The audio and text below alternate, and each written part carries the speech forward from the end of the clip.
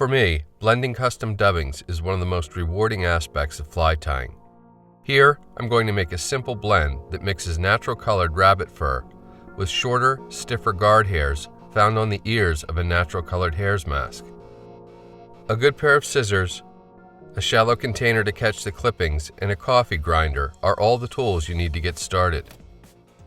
Yes, you can blend dubbing by hand, but I found the process to be time-consuming and the results less than satisfactory. A cheap coffee grinder like this one costs about $15, and you'll get years of use out of it. They're absolutely worth the investment. I regularly tie a number of gold-ribbed hare's ear variations that rely heavily on this type of blend.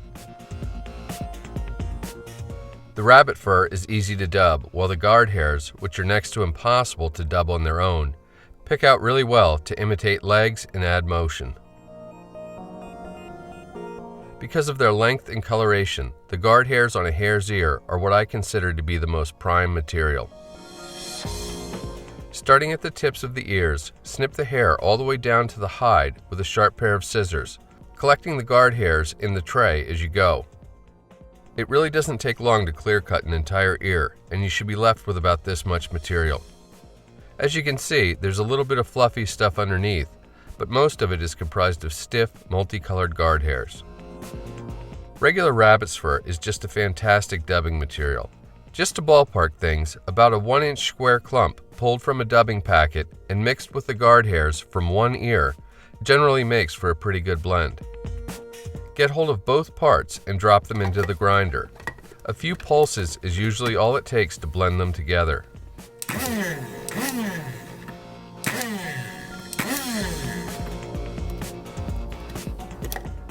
Reorganizing the dubbing and giving it another couple of shots doesn't hurt either.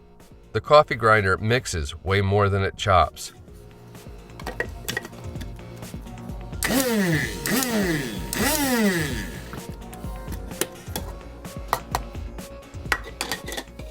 When your blend looks good, remove it from the grinder and place it back in the shallow tray.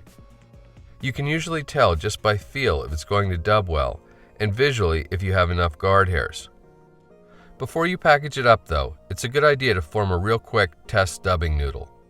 If it seems to dub well and stay on the thread without dubbing wax, you've got enough rabbit fur in the blend. Then, wrap a test body to gauge how the blend will actually look on a fly. Roughing it up a bit with Velcro will show whether you've incorporated enough guard hairs. If you really feel like going the extra mile, you can check to see what the dubbing looks like when it's wet. You'll probably notice it becomes a little darker than when it's dry. This blend looks about right to me and is ready to be packaged up. Small plastic bags that are available at craft stores work great. Better still are plastic dubbing boxes that have holes in the bottom that allow you to pull out small amounts of dubbing at a time. By combining the guard hairs from a dyed hare's mask and dyed rabbit fur dubbing, you can create a wide variety of colors, which themselves can be mixed together to form even more subtle color variations. As an aside, those guard hairs on the ears are the real prime stuff, but virtually all the fur and hair on a hare's mask can be used to make dubbing. In fact, if you're willing to do a little bit of work with scissors or even a manscaper, the amount of material that can be harvested from a single mask is pretty incredible. When you go to blend it, do so in small batches, as overloading the grinder makes it difficult to get a nice even blend.